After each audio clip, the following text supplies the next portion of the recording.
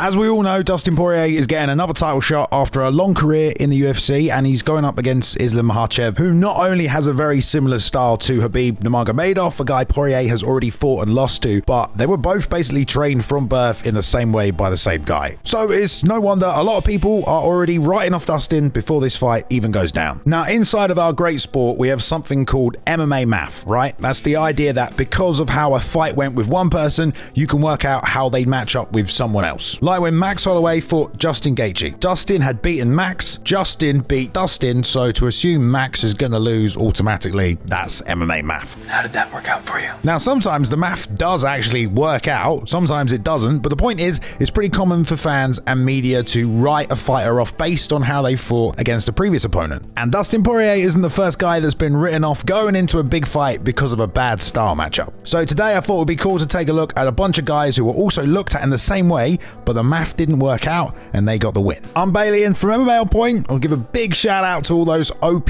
Hall of Famers. Thanks for all the support, guys. And these are 10 fighters who beat the style they were supposed to lose against. Oh, and one quick note for this video, we decided not to include rematches. So like when Luke Rockhold choked out Michael Bisping, then they go into the rematch, everyone obviously thought that Mike was going to lose again. That's pretty normal. None of these fights in this video are rematches, just guys who got written off because of previous opponents. Let's go. Number 10, Jackson versus Amosov. If you don't watch Bellator, you might not have heard of Jason Jackson. He quietly built himself up a win streak, which eventually got the attention of MMA fans simply because of just how unprecedented his victories were becoming. He's quite a tall guy for the weight class and pretty much always tries to keep the fight on the feet where he can use his dangerous striking. Throughout his 12-year-long career, though, he has, on occasion, struggled against high-level grapplers. I mean, early on, he fought Colby Covington and Hayder Hassan, guys who both have smothering grappling games that beat Jason's. You know, even in Bellator, we saw Jason struggle with the wrestling of Ed Ruth. After that fight, though, he began this unbelievable win streak, and, you know, he didn't really have to fight any high-level wrestlers in the process until he got to the Bellator champion, Yaroslav Amosov. Now, this guy was a 4-time combat Sambo world champion, if you don't know, and also 27-0 of the time, after 11 years of fighting.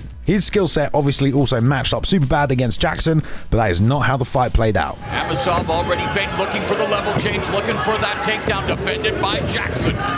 Jackson's takedown defense has been the story in the opening 2 rounds of this fight. The defending champion Amosov 0 for 11 in takedowns. That's an amazing statistic. Jackson, in fact, defended every takedown and in the 3rd round found his perfect moment to strike. And he got caught and dropped with the right hand. And the champion has been defeated. Your wrestling was unbelievable. You stopped every one of his takedown attempts. He definitely did, and it was a great performance. Number 9, Hall versus Mousasi. If you haven't seen Uriah Hall's viral KO from The Ultimate Fighter, you probably haven't spent enough time on MMA YouTube, okay? Everyone thought he was Anderson Silva in the making, but then we saw in the finale that against a tough wrestler, he couldn't really get his striking game going. I mean, it makes sense to take down a karate black belt. I mean, Chris Weidman did it back in 2010 in Ring of Combat. In the UFC, you know, John Doomsday Howard, he's a guy who likes to bang, but against Uriah, you know, he used his wrestling to shut him down. In fact, everyone who Hall fought against in the UFC who was a grappler was able to beat him, even if it meant just holding him against the cage. After 7 fights, Uriah was 4-3 and about to take a step up in competition to take on Gegard Mousasi, an old school veteran. Also, one of the most well-rounded fighters in the UFC with accurate striking, but also a grappling game that he used to dominate and submit 12 people. Everyone looked at it as a really bad matchup for Uriah Hall and thought he was going to get mauled. And yeah, literally the first kick he throws, he gets taken down. And then yeah, Mousasi did maul him for the entire 1st round. But what's the point of this video, guys? Okay, anything can happen in MMA, and just 5 seconds into the 2nd round, oh, right in the face, and now 5D, he comes to Japan and stuns Gegard Mousasi. Now, some people called it kind of fluky because I guess it hit him in the chin and he may have been going to the body, but he still timed it beautifully.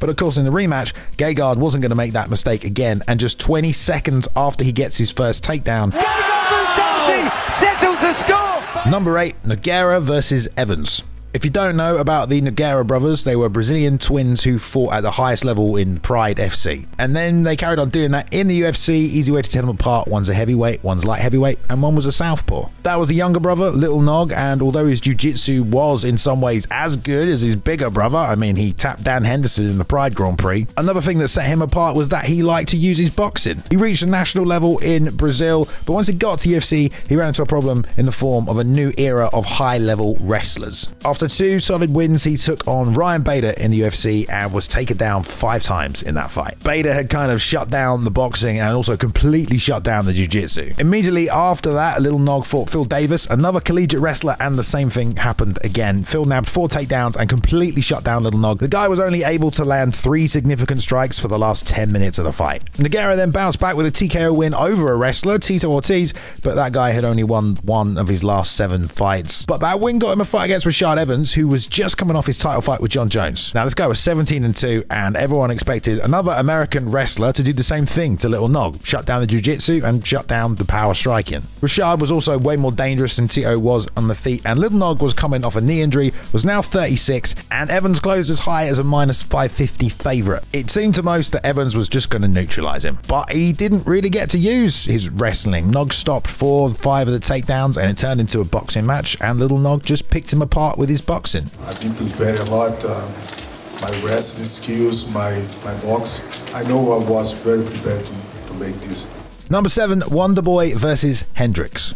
The arrival of Stephen Wonderboy Thompson was definitely something to see in the UFC. That head kick KO of Dan Stigen is one people still talk about. Stigen did not see that kick coming. Pretty quickly though, he got a bit of a reality check against Matt Brown, who was able to show grappling was something that Stephen maybe had to work on, and it exposed that if Wonderboy had a weakness, that was probably it. Across his next few UFC fights though, Stephen didn't really have that problem, mainly because he pretty much only fought strikers and he was knocking a lot of them out. 5 UFC wins later, he was given the former champ Johnny Hendricks, who was now the number 2 ranked contender.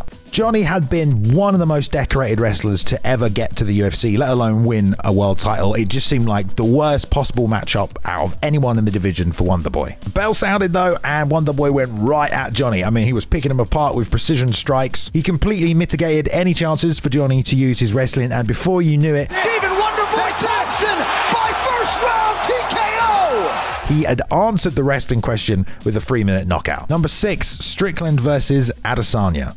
Okay, well, it might seem like in hindsight for some of you that it was obvious Sean Strickland was going to walk down the champ Izzy and just beat him up for 25 minutes. But it honestly wasn't, guys, okay? Everyone going into it massively doubted Sean. That's why it was so celebrated. That's why it's such a good upset. And why? Well, because we'd seen Sean go up against high-level kickboxers and not come out on top. Sean's defensive numbers speak for themselves. He has that Philly shell style that he's made work for him in MMA. He likes to get really close and fight at a range that makes people uncomfortable. But that didn't stop high-level kickboxers with tons of power picking their way around it. His first KO loss came against Zaleski dos Santos, who just wrapped a wheel kick right around that Philly shell and knocked him out. Obviously against a very high-level kickboxer and power striker in Alex Pereira, again, it kind of didn't matter how many significant strikes Sean had avoided on paper because it only took 1 shot to take him out. The Jared Cannonier fight after that was a very close fight, but again, a very good power kickboxer was giving Strickland problems. So by the time he was going up against another high-level kickboxer, a guy who had knocked out multiple people in the division, then yeah, it's no wonder people thought he wasn't going to be able to hang in there. Izzy was as high as a minus 750 favorite, but that is not how the fight went down. Front kick, he absolutely beat up the champion. Sean was supposed to use his wrestling or his BJJ game if he wanted to get the win, but he didn't even think about it. Number 5, Lewis versus Blades. MMA is quite tactical, right? But if there's one thing you probably don't want to do, it's have a striking battle against the guy who has the most knockouts in the history of the promotion, right? I mean, that seems pretty sensible. And Derek Lewis has made a career of unassumingly shuffling around the octagon and then launching himself forward with knockout blows. If he has one weakness though, you'd probably say it's his ground game. I mean, you can argue that he can just stand up, and why learn grappling if you're going to KO everyone? But we knew it was a weakness because even in fights that he'd won, we saw he was getting taken down multiple times. That's why when he finally got a title shot against Daniel Cormier, most people weren't worried about the fact that DC had a bad back or that it was on short notice, because everyone just assumed the Olympic wrestler would take down the Black Beast. And yeah, that's exactly what happened. So after Derek had knocked out a few more people, he got another wrestler, top contender Curtis Blades. Now, most people thought it was pretty much a given that the hole in Lewis's game, the hole that still apparently was not fixed, was going to get exploited. And at this point, Curtis had only ever lost to one guy, a guy named Francis Ngannou. But of course, that's not how the fight went at all. Instead, Derek stayed patient and measured his target until the takedown came, and it actually led to Curtis's defeat. A perfect example of MMA odds not working and actually totally playing in the other guy's favour. Number 4, Keith Jardine versus Chuck Liddell. Sometimes there aren't a lot of obvious reasons why someone's style works in MMA. Not everyone moves with the grace of Wonder Boy, and some people are just a bit more awkward. Keith Jardine was definitely kind of one of those dudes that just moved in a strange way, and it surprised a lot of people, and he could really upset another fighter's rhythm. He did, though, kind of have a problem going up against power punchers. You know, Jardine was a tough guy, and that was part of what he used against his opponent as a weapon, but people who hit him hard enough could often just put him away. We first saw that when he went up against the slug machine, Houston Alexander, and then immediately after that, he had to fight Chuck Liddell. This was right after the Iceman had just lost his title. He was coming back hungrier than ever, and to a lot of people, it almost felt like a guaranteed KO win for Chuck. And Keith was just this guy who would walk into those kind of punches. Keith, though, didn't get put out by those punches. He survived the entire fight and took it to Chuck, exchanging with him. He even dropped him with a massive right hand. He ended up taking home a unanimous decision, but like other people in this video, kept struggling against the same game plan, brawling with other big punchers later on like Vanderlei, Thiago Silva and Bader, and unfortunately coming up short. Number 3, Ortiz versus Bader. After a record-making 5 title defenses, Tito Ortiz was one of the first high-profile UFC fighters that fans saw start to go on a post-championship slide. 5 years after he'd lost the belt in the title fight, he had still yet to pick up another win. His striking game just wasn't as developed as his wrestling, and this new crop of fighters were just shrugging him off. So he kind of became a bit of a punching bag, and even worse, he was starting to get taken down and controlled by other wrestlers like Matt Hamill. After all those losses, though, he was still a big name, so he kept getting high-level opponents, including a guy called Ryan Bader. Now, at this point, you got to believe that Tito looked at Bader and just saw a younger, bigger, and less battle-worn version of himself, like having to fight your shadow form in a video game. I mean, it was highly unlikely that Tito's wrestling that hadn't been working was now suddenly going to work against the high-level collegiate guy. And on the feet, Ryan had been knocking people out in the UFC since he won the Tough 8 tournament. Tito hadn't knocked anyone out not named Ken Shamrock in 10 years. Also, Dana was so ready to fire his ass and did not hold back at all. There's no secret. Tito knows it. Everybody knows it. That if Tito loses this fight, it's his last. Yes, everybody, it looked like Tito was well and truly fucked going into this one. But of course, that's not what happened. About 2 minutes in, it was Tito who tagged Bader with a right hand. He then ended up on his neck and squeezed Ryan's head like a guy fighting for his entire UFC career. It was also the first submission that Tito had landed in 10 years. So all I'm saying is just watch that jump guillotine, guys, all right? Number 2, Struve versus Miocic. Humans really don't come much bigger than 7-foot Stefan Struve from the Netherlands, and it's not too surprising, really, because I'm pretty sure statistically they have the tallest people on the planet. Either way, as an MMA fighter, he joined the UFC at 16-2. He'd just won 5 fights in a row by submission. Now, you might think a guy that tall, he's probably a striker, but actually quite the opposite. Struve actually has a terrible record when going up against heavyweight KO artists. His debut was against Junior Dos Santos, and we saw in 60 seconds that, yeah, he might be slightly hittable. Now, I don't want to dismiss the man as a fighter. He then went on to win 3 in a row after that loss, but not really against KO artists. The next guy that was Roy Nelson, a man that had been on a world tour with his right hand at the time. Stefan got put out again, but bounced back only then to get taken out once more by Travis Brown, and there just seemed to be a pattern against these big power punchers. I mean, he did submit Pat Barry right after that, but that was also the biggest size difference in UFC history. After 11 UFC fights, Steph was 8-3, but all of those losses had come in the same way, and then he got Stipe Miocic, another KO artist, and everyone was pretty sure they knew how it was going to go down. But man, Struve really showed up that night and fought like the rangy kickboxer we all thought he could be. He was landing great kicks, knees, until Stipe just couldn't take any more. A clean knockout for Stefan Struve! I mean, even after this fight, Struve kept having problems with power punchers like Mark Hunt and Alistair Overeem, but it just goes to show how special that Miocic performance was. Number 1, the Randami versus Pena. I don't think you could read through the accolades of Germaine de Randamie and say she's not a world-class striker. 46-0 in kickboxing, multiple-time world champion. Of course, when she transitioned to mixed martial arts, she had to learn all the grappling skills necessary to compete at the highest level. She had to learn pretty quick, though. I mean, she lost her first pro fight by armbar. After 7 years in the UFC, she had definitely learned a lot more, but if she had a weakness against a certain type of opponent, grappling was it.